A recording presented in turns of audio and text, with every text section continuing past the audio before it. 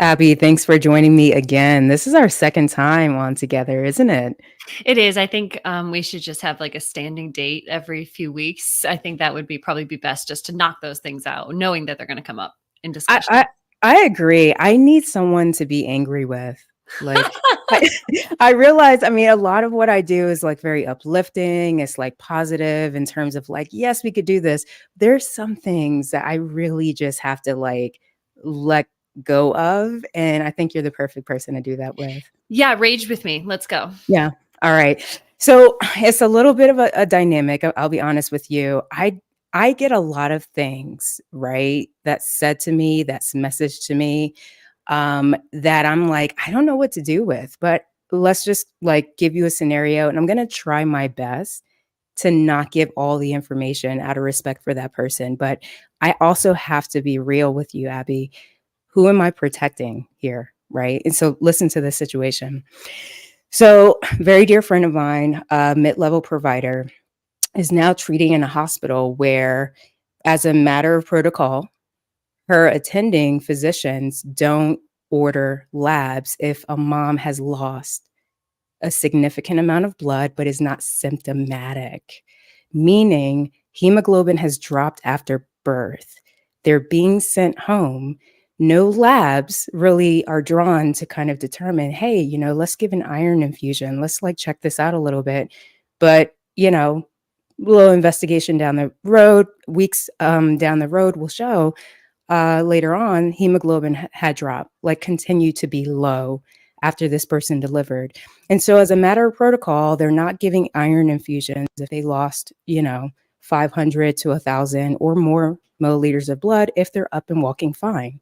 You and I know from a physiological standpoint, after birth, a lot of endorphins. If mom is with her baby, like, yeah, you're not going to probably be symptomatic until boom, a crash happens. Mhm. And so I get information like that. And I get a lot of like, yeah, we didn't do that. And, mom had to come back to the hospital or there was an infection or sepsis or just something. And it's Mhm. like, Mhm. I'm not really protecting your practice by not saying anything.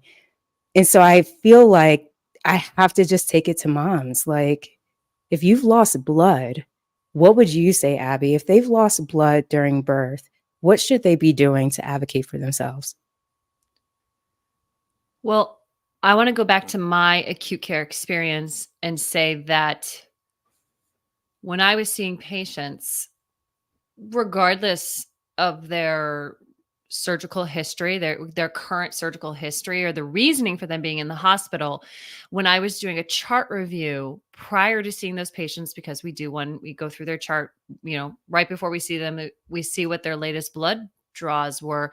And if their hemoglobin was under what is it? I think it was under 7, they were a fall risk and we didn't ambulate them. So it's very curious that anyone would sign off on them being sent home because it would be a ding on the hospital to have a readmit. That's where their numbers go down, is if they have a readmit within like 10 days or 10 to 14 days or something like that, it's considered like a ding on the hospital. So that's a really strange protocol to enact, given that they are a fall risk if their hemoglobin's below 7. If it's below 6, they're transfusing. So what I that doesn't make any sense to me. Forget about iron infusion, like you're getting a full blood transfusion. And different hospitals have different protocols, but if it I mean, some people were like, "Oh no, 6.7 we're transfusing. 6.4 we're having a conversation. 6 there's no question." And their crit being, because if their hemoglobin's low, typically their hematocrit's also going to be low. And then we looked at that as PTs as whether or not we would even get them out of bed, because it would be a ding on us because they were a fall risk. So I, for context, have a very similar patient right now. And I guided the patient to advocate for themselves, to have another blood draw. They're postpartum like 4 months, and Mhm. they were I don't believe they lost a lot of blood during their C-section. I think it was well controlled, but they were anemic throughout their pregnancy. And so they went into the C-section anemic, came out of it anemic, and have pica. So they're craving ice chips, chewing ice, which is called pica.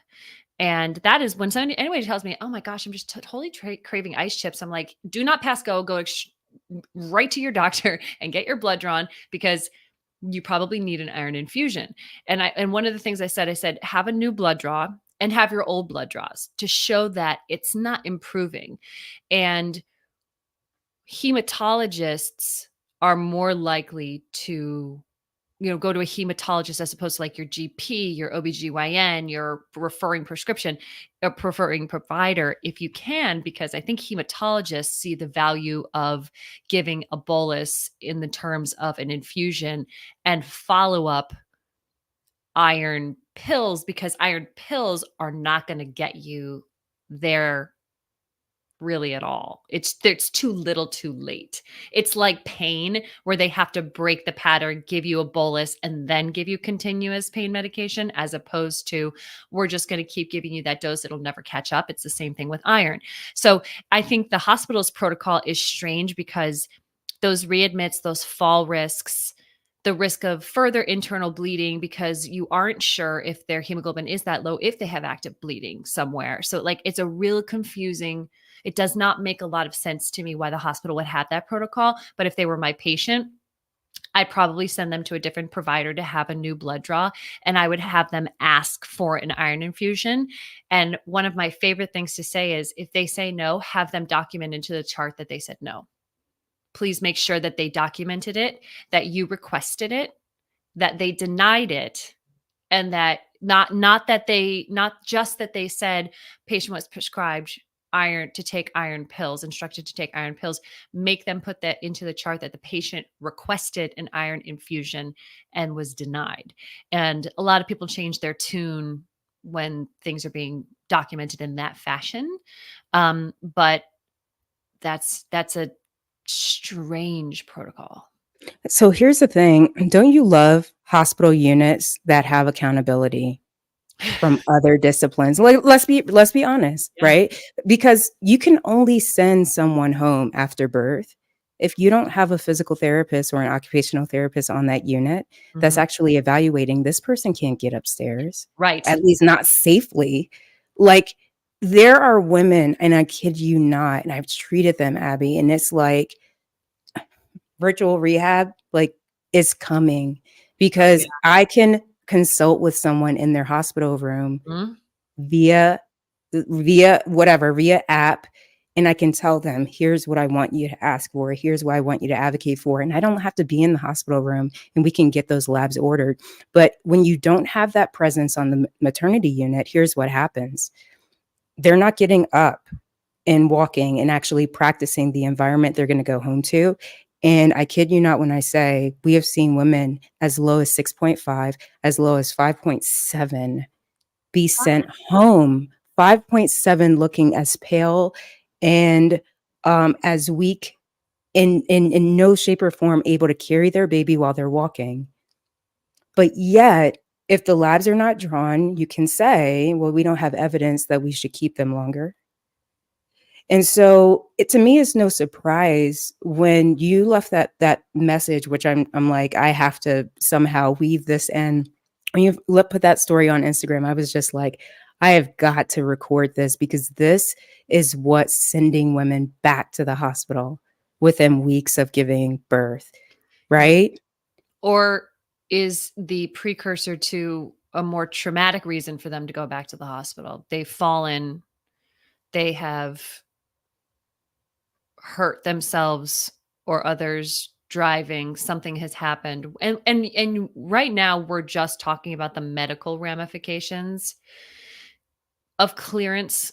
Um I was always surprised that I went to every floor. And I mean, I was in the ED. I mean, I was in the psych floor. I was on medicine. I was on the cardiothoracic intensive care unit. We were on the ICU. I saw patients who were not conscious. I walked patients with LVADs and RVADs, and sometimes both. We saw all those patients. I was never once on the postpartum maternity floor, never once. And that blew my mind as a patient because when I had C-sections, the nurse would come and be like, "Oh, no, you have to get out of bed." And I was like, "I can't roll out of bed. What are you talking about?" And I was like, "Can you like assist me in rolling so I can get to sitting?" And they didn't know what to do. And when they gave me their hand to walk me, they were like, it was literally like a limp hand, not even Oh, an arm, not even properly assisting under my axilla, no fall belt, nothing to catch me. And I had two C-sections and I knew better because I was a PT and I knew I needed to walk and I knew I needed to get up. And I just did not trust these people, and they're not trained really to do that. They're told to do it, but they're not trained to do it. So it still just does boggles my mind that PTs aren't there to clear people for home when there's an expectation of not only this person who has lost blood take care of themselves, ambulate their home safely, but also take care of this newborn and possibly and probably be nursing and have that energy deficit and that sleep deficit on top of the hemoglobin hematocrit being low, possibly needing transfusion, possibly needing iron. I just can't understand it. And the readmit is just, I mean, I guess in the case of the patient I'm thinking of, it's 4 months, so it wouldn't show up as a readmit, it would show as a new, but that's why I said to bring the documentation from the previous blood draw, which was in the hospital. They discharged her home like that. mm, It doesn't make a lot of sense. The only thing that I can come back to for reasoning is that people keep saying, well, birth is natural. We've been doing this for however long humans have been alive. It's a natural thing. And the more we say that, the less likely we are to treat it as it is, which is a medical event requiring all of the interventions that we offer for every other medical event that enters a hospital. absolutely. When you say medical event, I have to kind of like bring people out who say that, to the forefront, who say that this is a natural process, who says that, we've been having babies for years, for, the beginning of time, is that had we had the medical interventions that we do now, do we force the uterus to contract Mhm. at a rate and at a force and depth that it's not used to where it can cause that muscle to be fatigued and then completely lose the capacity to clamp down on those vessels and stop that person from bleeding.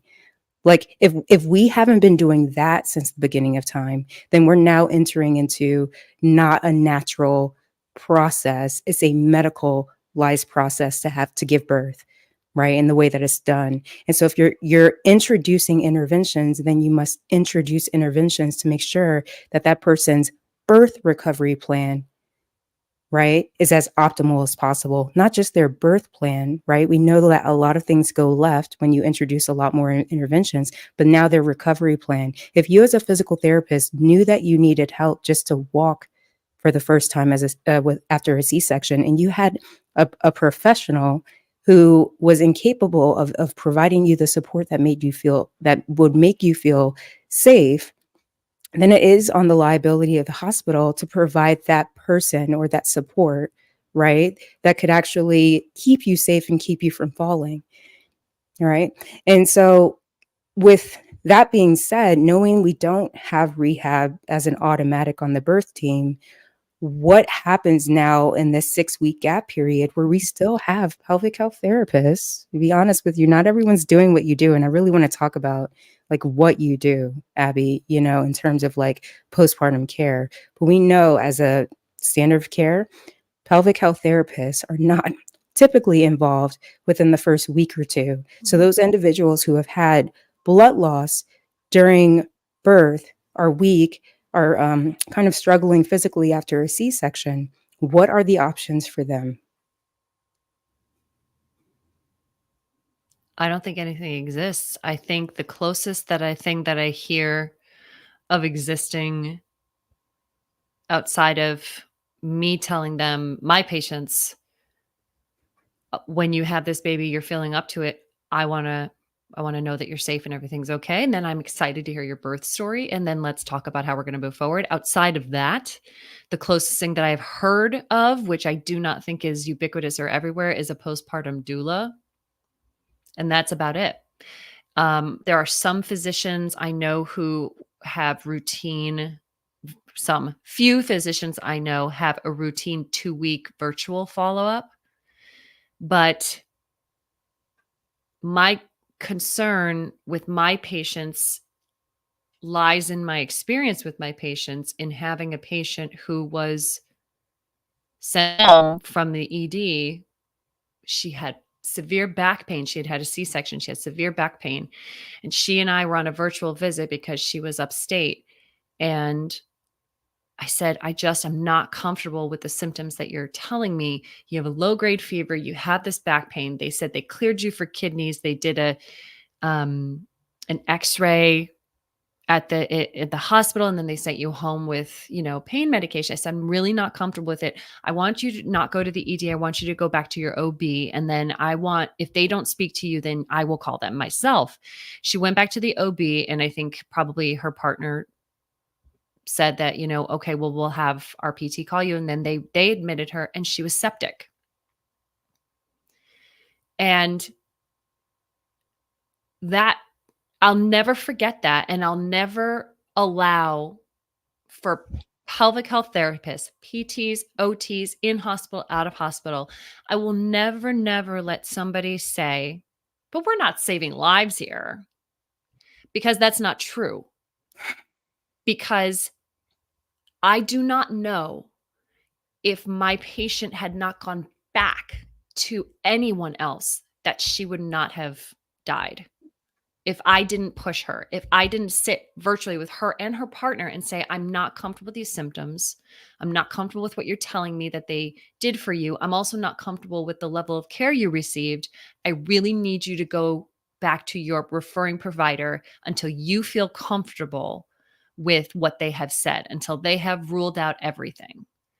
And I will tell you that I have a friend from college who was sent home from the emergency room at 39 weeks pregnant with a fever, went to another emergency room, and died of septic shock. These are not abstract stories. And these patients are they're real, and it's not because I used to see 60 patients a week. That's not my practice now. So this is not like a numbers game. This is happening in real time to real patients. So it is still incumbent on everyone who is seeing a postpartum patient to ask them the questions about fever, pain, postpartum depression, anxiety, psychosis, to have a screening tool for this. Because if you tell me that, oh, I'm not saving lives, I'm going to tell you all of the stories when I had patients who I looked at them and they didn't look right and they didn't feel right. And I think that we need to take ourselves as professionals a little bit more seriously and stop saying we only do bones and muscles, because we absolutely don't. On the cardiothoracic intensive care unit, walking people with LVADs and RVADs who are waiting for heart transplants, dripping blood along the hallway and ambulating them, that is not just muscles and bones. The level of understanding that you have can absolutely save a patient's life, in the same way that understanding the symptoms of a stroke and getting them into the emergency department within an hour can save a person's life. So in postpartum, I think we do need to take ourselves a little bit more seriously. And much like you do, I think we need to push into the first 2 weeks. I think we need to push into onto the maternity floors. I really tell my patients, like, Yeah, the 6 weeks is for an internal exam, but there's a lot of healing that happens prior to that, and there's a lot of discomfort that happens prior to that, and we can work on that together. It's not all about the internal exam. It can't be. That's not Some patients don't want it. So I really encourage my pelvic health brethren to push into those first 2 weeks. To be on the phone with your patient the day they've been discharged. Ask them how they're feeling at home and doing at home. Ask them the kind of support that they have. Um, I just think that if we wait for permission, we will be waiting forever. Oh, absolutely. That patient that you saw virtually with her partner, how soon after delivery was that? That was within 2 weeks. So you mentioned before I asked you, what options do people have who don't have the luxury of having an occupational or physical therapy with them in the hospital?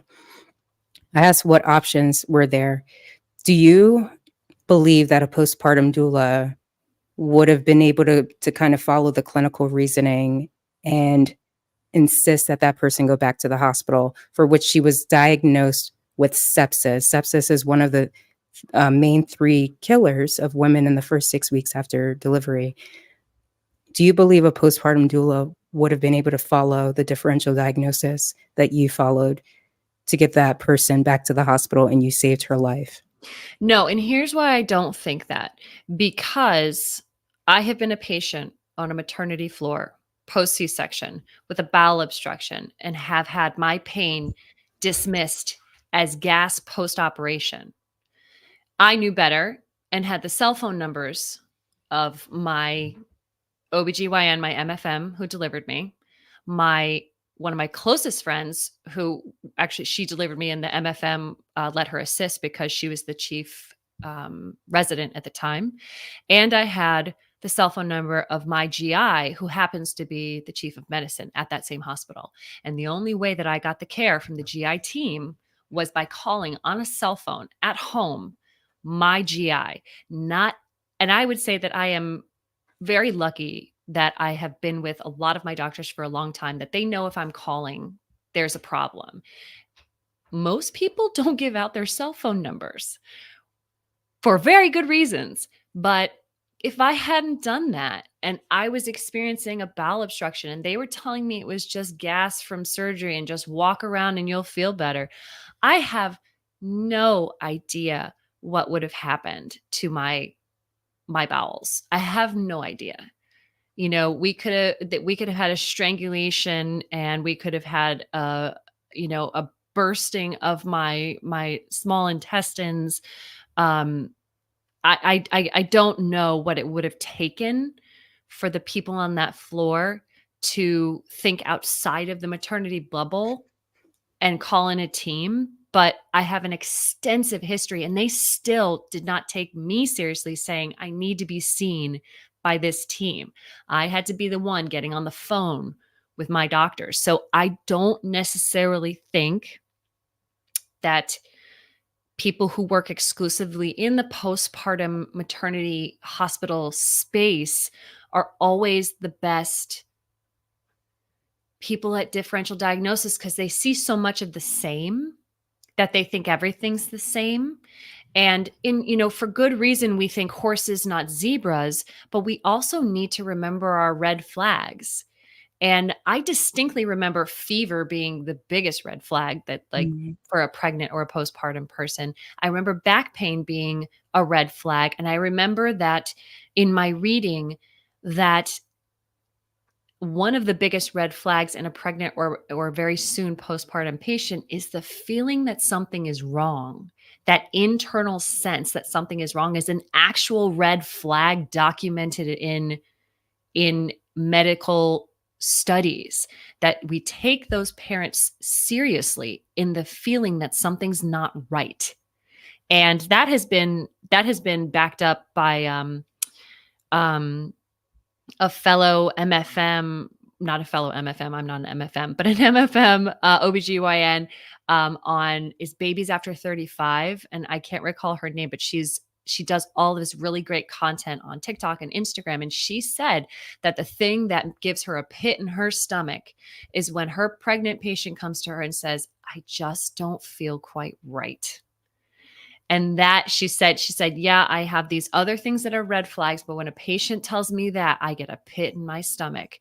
And basically, it's like, go shotgun all of the tests, figure it out, because that instinct tells you something. But I think I'm not confident that, and I love the nursing profession. I love the doula profession. I mean, there are some really, really wonderful people out there, but I just think when you see it repetitively, it sort of calluses you to the zebras. And perhaps I just have not been calloused enough, or that I'm terrified of red flags, but I'm not super confident that the education that is required to be a doula would reach the level of differential diagnosis in a postpartum patient for something like sepsis, or um, or a patient who had postpartum preeclampsia. I think that's really specific medically, and I'm not confident the education supports it.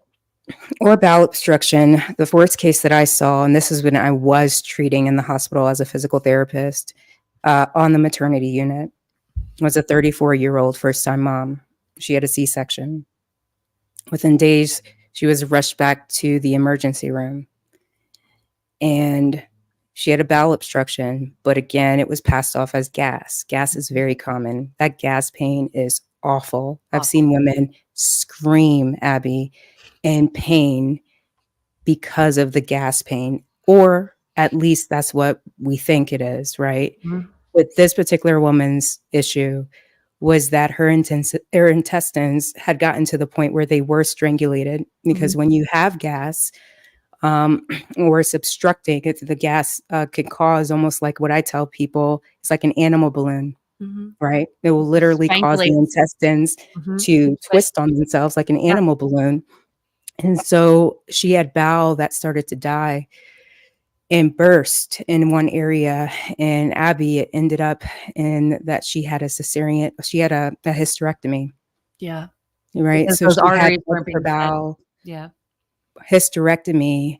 And this woman was a first time mom, probably wanted to expand her family, was not expecting to have a major surgery go back into her C section, have part of her bowel removed, and then her uterus.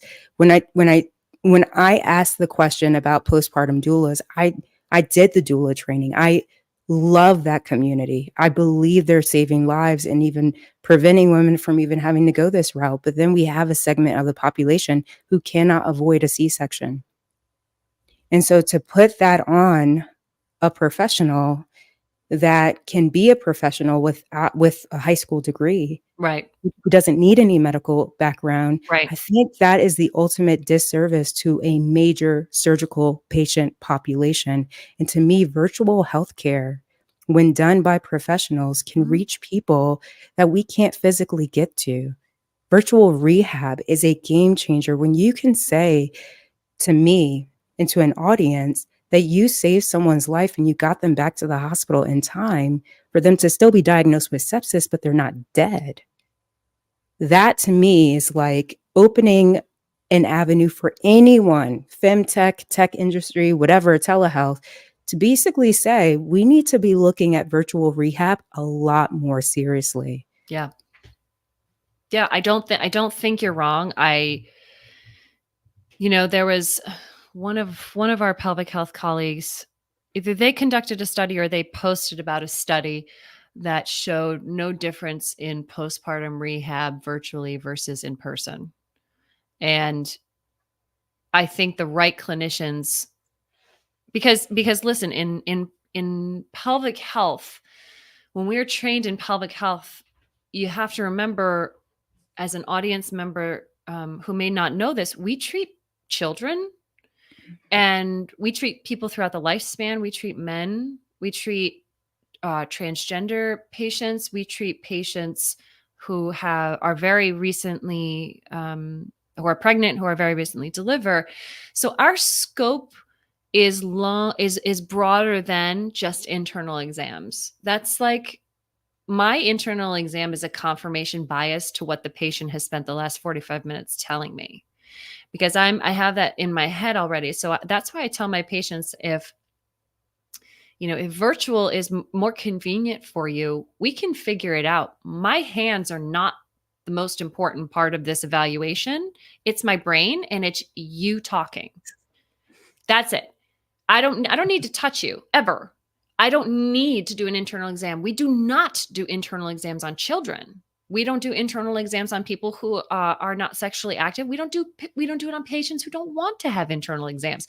So that would be a barrier, or say, well, the patient's postpartum 1 week, there's no point in you seeing them, because that's what they're going to say. You can't do an internal exam. So, like, so what do you think that I'm doing? I'm teaching people how to mobilize in bed, get out of bed safely. I'm teaching them how to carry their baby safely, stand up, sit down. I'm teaching them how to bend over and pick somebody up out of a crib safely. I'm teaching them best practices for support under their arms when they're nursing.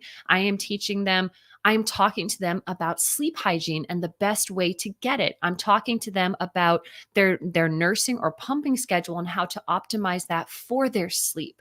We are going over some patients, it's basic just thoracic mobility. So because they have gone from being pregnant and being in this hyperlordotic position to being in a hyperkyphotic position, and their shoulders and their spine, they're in pain.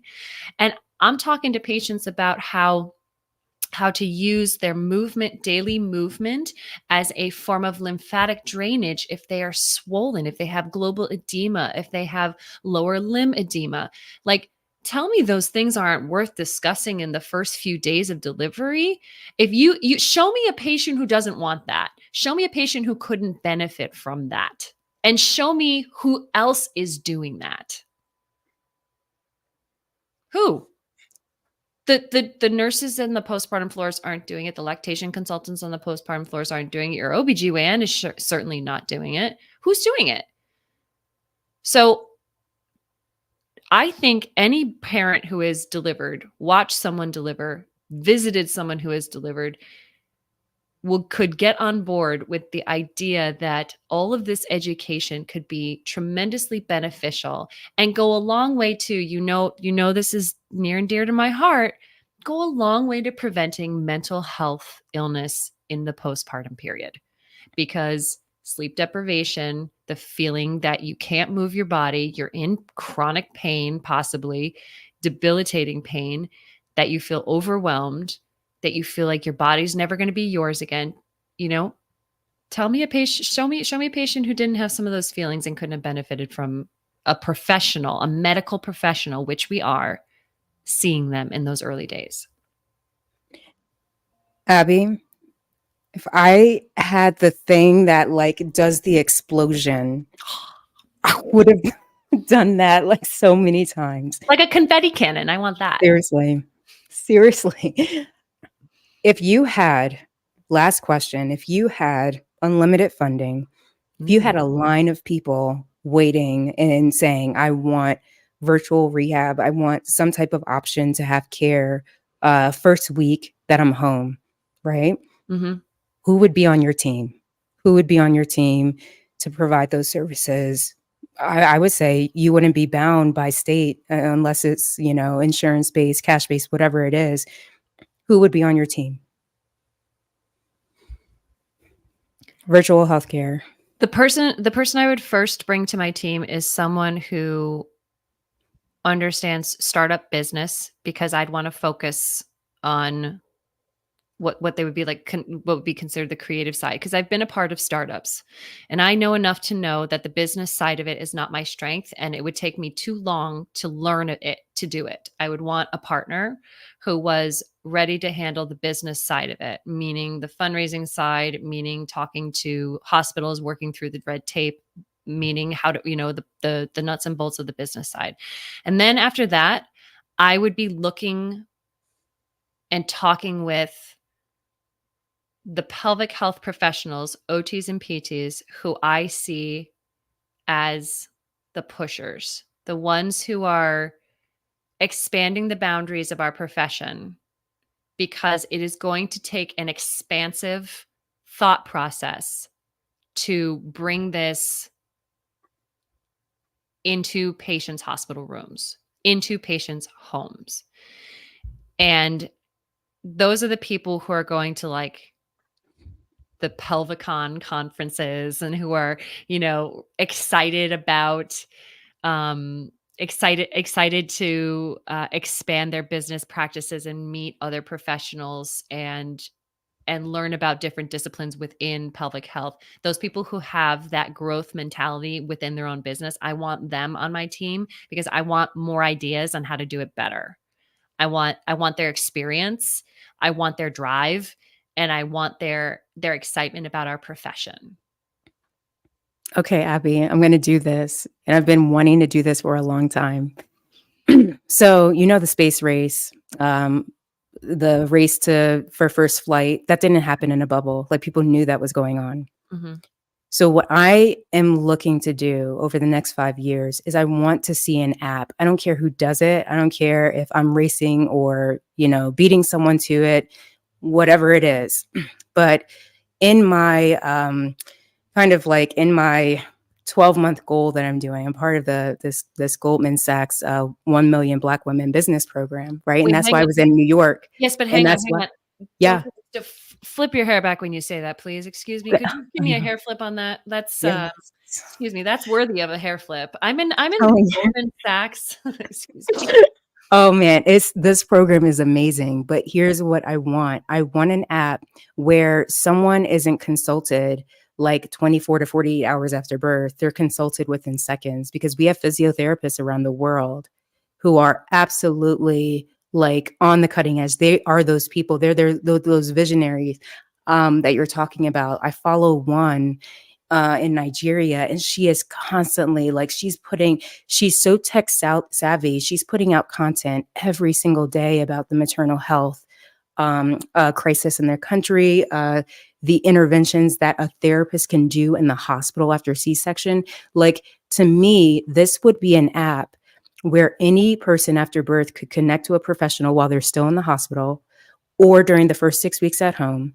And within seconds, they can talk to a licensed physiotherapist or occupational therapist who does a virtual assessment, who does everything that you were just talking about, who could actually look at their posture, who can ask them about their symptoms, who can look at them, who may even, in the future, be able to connect with their record that the patient is able to upload or connect from their own EMR or for whatever. Right. It will have the capacity to connect this person not within days, but within minutes and eventually within seconds to anyone around the world. Amazon already has an app now for virtual healthcare. Did you know about this? Yeah, I Like, read about that. and people could, poo-poo that, but that's the wave of the future. Like, there's no reason why someone has to wait 6 weeks No. to see a rehab therapist anymore after birth. No. Like, you don't have to wait that long, especially with the touch of a button. You could connect to someone who can say, you need to go to the hospital. I'm worried about you. Right. Or So here's who you need in the hospital. Make a request. while they're still in the hospital, While right? they're Like, don't sitting there. leave. Yeah, Don't don't leave leave. until like hematologists. Refuse to be Uh, discharged until yes. your recent blood work is uploaded to the system. Like that would be ideal to be able to get on the EMR or to have those shared because you could say, show me that this patient's ready to be discharged. Show me them ambulating 15 feet independently without pushing the baby, without holding on to an IV pole. Show me them ambulating 15 feet so they can get to a car. I mean, yeah. Absolutely. So I'm putting this out there because we're live on YouTube, LinkedIn, Facebook, and Twitter right now. And I choose those platforms. I love Instagram. I just can't figure out how to do it. You see me But on there. I'm just flailing. I don't even know what to do. change makers, I love it because this to me is a conversation. If you are in the app development world, femtech, I want to see an app that's controlled by patients and not by systems. I don't want doctors to have to sign off for this person to actually be connected to a rehab provider. So this would be a virtual rehab app dedicated primarily to women, to individuals after birth. But honestly, Abby, I see this technology extending to the people that you talked about in your video that even made me say, we need to talk today Yeah. because you right now are referring people during menopause, probably after pelvic surgery as well, to virtual healthcare. Because that's where they're being believed. This is the problem. This is these the wonderful thing about these apps that I talk to my public health friends about is I know I'm going to send my patient there and they're going to be believed. Their symptoms are going to be believed. And I cannot guarantee, obviously, we cannot guarantee that when I'm sending my patients to the ED, forget about it. Hopefully, if I'm sending them back to their OB is like hearing the same things I'm hearing, but that is you want to send them somewhere they're going to be taken seriously. They're not just going to be, tick, tick, tick, tick, tick, that box, you're fine, go. Why are they being taken seriously via virtual health? Because it's symptom based, not test based. What does Because that mean? so perimenopause is a 8 to 10 year time frame. Well, we don't know at any point. So your cycle and my cycle, our body mass index contributed to the leptin hormone that kicked off, the hypothalamus to start the pulsatile uh, estrogen release to pulsatile to get our ovaries to produce estrogen. That starts our menstrual cycle off, kicks our menstrual cycle off in 11, 12, 13 year olds. Yours and mine are different. I could have a body mass index of 21 at the age of 11, 22, and not have a period. And you could have the same and have a period. We also don't know, we have some ranges, but we don't know exactly where your estrogen is in, the luteal phase versus where mine is in the luteal phase. Again, we have ranges, which is what's been studied for reproductive endocrinology. When we're coming into perimenopause, it's instead of it being a regular sine cosine curve, the way that it's been throughout, the longevity of our cycles, it becomes erratic, which is where you get inconsistent symptoms. So you get night sweats sometimes, you get brain fog sometimes. It's hard to pinpoint it. And when we look at labs, we're looking at things like FSH, which is a follicle stimulating hormone. Day 3 is giving you the very best indication that you're possibly in perimenopause. But again, those numbers are very individual to you and your system and your body and how it works. And it is impossible to compare it to another person's. But when you're telling me I have dry eyes, nose, mouth, skin, hair, vagina, my sleep is suddenly disrupted. I'm having the worst time sleeping. My hair is falling out. I have these aches and pains. I'm gaining weight around my midsection. I'm having a hard time in my workouts that, used to be amazing. I have a low sex drive. I'm irritable all the time. And sometimes I get night sweats, but they say my labs are fine. Like you've just ticked off like 12 symptoms of the 67 symptoms of menopause, of perimenopause. Like I'm going to believe you, the patient, that these are the symptoms that you're feeling, that they're different. We're looking for the delta, right? We're looking for the difference, the change over time. I'm going to believe your symptoms and let's start talking about treating your symptoms. And, hopefully people are looking into things like hormone replacement therapy because it's a hormone deficiency that we're dealing with. But you send them back to their endocrinologist, you send them back to their OB, you send them back to their GP, their rheumatologist, and they're saying, well, there's nothing on the lab that I can treat. But this patient's having these classic symptoms that we all know are classic symptoms, you know, not the far-reaching ones like hearing loss and tinnitus, which by the way, hearing loss and tinnitus, like also symptoms of perimenopause. We're putting We're using our scientific minds and we're putting two and two together and realizing that I don't need a lab to tell me that it equals four. You're in perimenopause. Let's start treating it. Let's see if we can level out your estrogen to make you feel less erratic in your internal self. Let's see if that helps with the night sweats. Let's make sure that you have a micronized progesterone to protect your uterus, but also to help you have more restful sleep at night. And guess what? They do. What? And Yeah, I that's virtual care. that's Because virtual care. I don't need like I don't prescribe it because I'm not a prescribing physician. However, when people are telling me this and I'm going through my checklist and then I'm talking to them about why this could possibly happen because it's an erratic, irregular drop in estrogen. It's not a steep, it's not a linear decline. It's a all the way down, right? It's up and down, up and down, up and down on a slow decline over 8 to 10 years. And when I ask them, when did your mother go through menopause? Well, I don't know. When did your older sister go through menopause? Well, I don't know. When did your grandmother go through menopause? Oh, yeah. I remember her saying she went through it really early. So, patient history. That doesn't require somebody to be in the office with you. It doesn't require for you to pay real estate in an office to have the expense of a huge staff, multiple waiting rooms, multiple exam rooms. That is not required for these types of visits. And that's how I feel about pelvic health. It's just not required for most good pelvic health professionals, and especially for going through a checklist of red flags, working on ergonomics, bed mobility. That's acute care 101. We all did that in school. Abby, do you feel like this is a far cry from almost like the traditional pelvic health therapists who are like, no, we need to be doing an internal exam, to assess this person. This is what kind of like defines our practice. Do you feel like like this is just getting into more deeper and more holistic, comprehensive work, like virtual healthcare?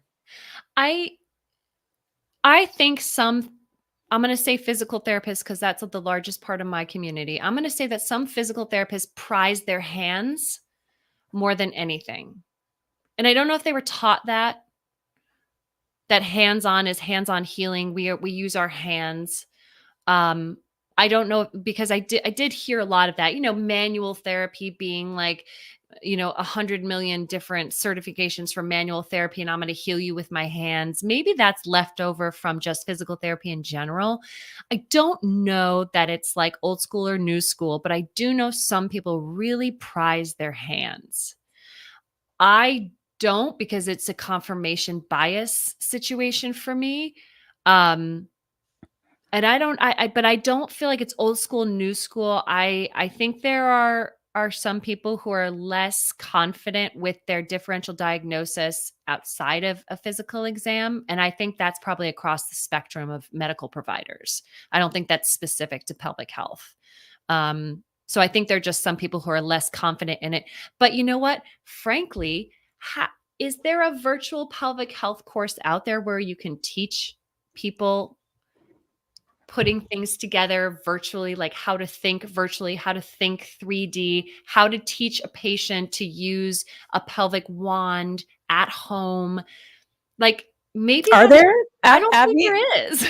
so you just created one, did you not? Rebecca, you're a bully. What in the world? Why would I be called a bully after You're a that? bully. I literally said, I will fund your course. I will fund whatever you need to create it. Yeah, no, I think that probably would give them some confidence, frankly. I think it would. I think it's foreign to some people. I've been doing it my whole practice, but that's just out of necessity. For patients who wanted to see me, who couldn't see me, who I knew personally, who said, "Can we see each other over video?" And I'm like, "Well, I used to teach group fitness to people without touching them. I can sure do physical therapy without touching people." I do think that it's just a different way of thinking because I think we rely too heavily and are taught to rely too heavily on our hands and not Abby, enough on our I'm eyes. I'm gonna do this right now on air. I already Bully told you me. before platform. Yeah, I am going to. I have someone who just actually wrote in. You can't see the comments, so Oh sorry my about that. God. If you created a course even if it was a short course, even if it was like a window to something bigger, because honestly, it should be a certification. I'll be honest with you. If you created a course, I will buy it. Oh, Okay. In perpetuity, I mean, that means like anyone who's registering over the next 5 years, like you just get a percentage of that registration. I kid you not. Create great. a virtual rehab course for occupational and physical therapists to feel comfortable. I mean, if it's not, you know, if it's not like too much on your plate, go basic, right? These are not therapists who are necessarily like guiding people with wands or anything like that. Right. These are therapists who are more likely to see people within the first 6 weeks, right? And so think about what you're doing here. You're creating potentially a whole new field, a whole new subdiscipline.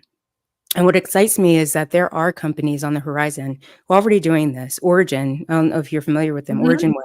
Yep, Origin Way. They have virtual health offices. They're doing virtual physical therapy, pelvic health physical therapy in all 50 states. Hinge is Mhm. another, right? Sword Health is another. Sword, And yep. so if I could see that these companies are really targeting that patient demographic within the first 6 weeks, that would really excite me because now we have data to say, are those individuals more likely to have less complications after birth than people who are waiting 6 weeks to be seen? You and I could probably go on all day. Like, yeah, someone who is seen by an occupational or physical therapist, a rehab therapist within the first 6 weeks, more likely have better outcomes. We can say that. Do we have the data to back it up? No, because we know that within that up to 63, as much as 63% of patients don't even go to their 6-week visit. 63. Yeah. Yeah. And it's probably a lot easier to reach those individuals who have barriers in access to getting back into the office. You can reach them better virtually. So this is more of a marketing issue too. Yeah. Yeah. Yeah. I mean, there are some OBs who my patients are seeing who their 6-week visit was virtual. They didn't do a pelvic exam at 6 weeks. How Now, did they how now I think that's crazy. Personally, I don't know how they get away with that professionally. Not doing a pelvic exam at 6 weeks, remnants of conception and internal bleeding and stitches and whatnot. Um, but if I mean, it's just such a low bar to Yeah. clear, and we just don't prize it just comes back to the birthing parent being just a vessel, and as Yeah. soon as the vessel's empty, we have no more use for it, and that's heartbreaking.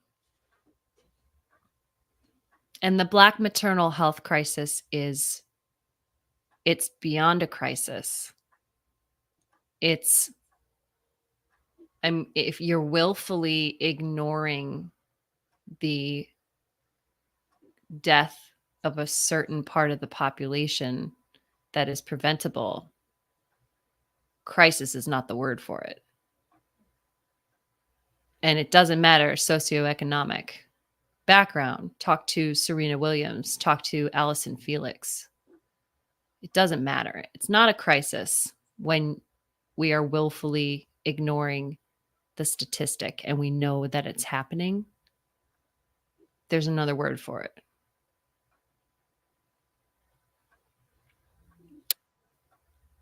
On that note, I do have to say this is that maternal death, it gets a lot of attention, but I think what you're talking about is a lack of compassion.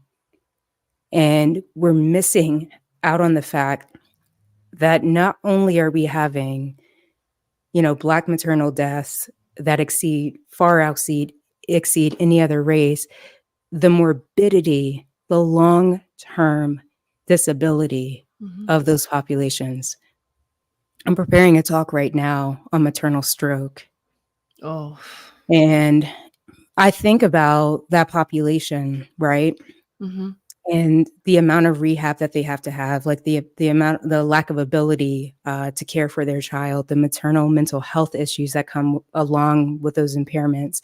And I think about what you just said, in terms of Black maternal health, and I realize so much attention are on the ones who don't survive, and we are treating the rest of them like empty vessels that we Yeah. don't care about. This is a compassion issue, and I think so often of those individuals who actually start to develop complications, not in the hospital, but during those first 6 weeks, there's a huge gap here that we're talking about. Mhm. There's a huge opportunity for not your OBGYN. I mean, please do an exam. Please, Do an please, exam. please Like do do them. a physical exam if you have patients who can come to the office. But for the 63% of people that were missing for their first follow-up or any follow-up after birth, we have an avenue here, technology here that can reach that demographic, right? We just Yeah. need to create the systems to train the professionals because they're not getting it in school. DPT's programs are not preparing, not even general entry level therapists to treat one of the largest patient populations in the world, the maternal health population, the most commonly performed surgery in the world, the cesarean section. You have entry level occupational and physical therapists graduating from programs in 2024, not being able to treat just basic patient populations after birth, teaching them how to log roll after a C-section to get out of bed. That's happening. So don't even tell me that you're doing anything on frontline futuristic care of maternal virtual rehab. You're not, right? So we'll need the pathways to create it, which is why I think you're right. I am a bully. I want that course. But secondly, you're saving lives. This conversation saves lives because it's going to put a seed in someone's head. Someone's going to invent an app. We're going to have one in 5 years that allows people after birth at the click of a button to communicate with their not just birth provider, but a rehab specialist. We're going to have that in our lifetime. But we need the bodies to be able to treat that population because it's a lot. 6 million births. Yeah, a year in the United States alone, it's a lot of people. We need the professionals. We need to train them. I agree. I'm You're a bully. partnering with you, Abby. I don't You're a know if it's bully. just going to be conversations every few weeks. I don't care how we do it, but I'm partnering with you. I'm holding myself accountable, which is why I have these lives. Fine, fine.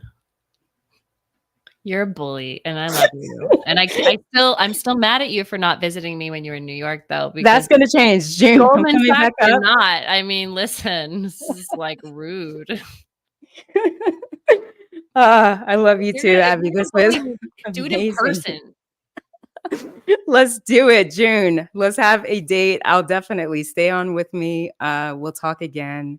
We have to do this again. Thank you all who joined live, gave love to Dr. Abby Bales, one of my favorite, most innovative therapists that I know in the pelvic health, women's health space. Thank you so much for your time. Thank you for inviting me.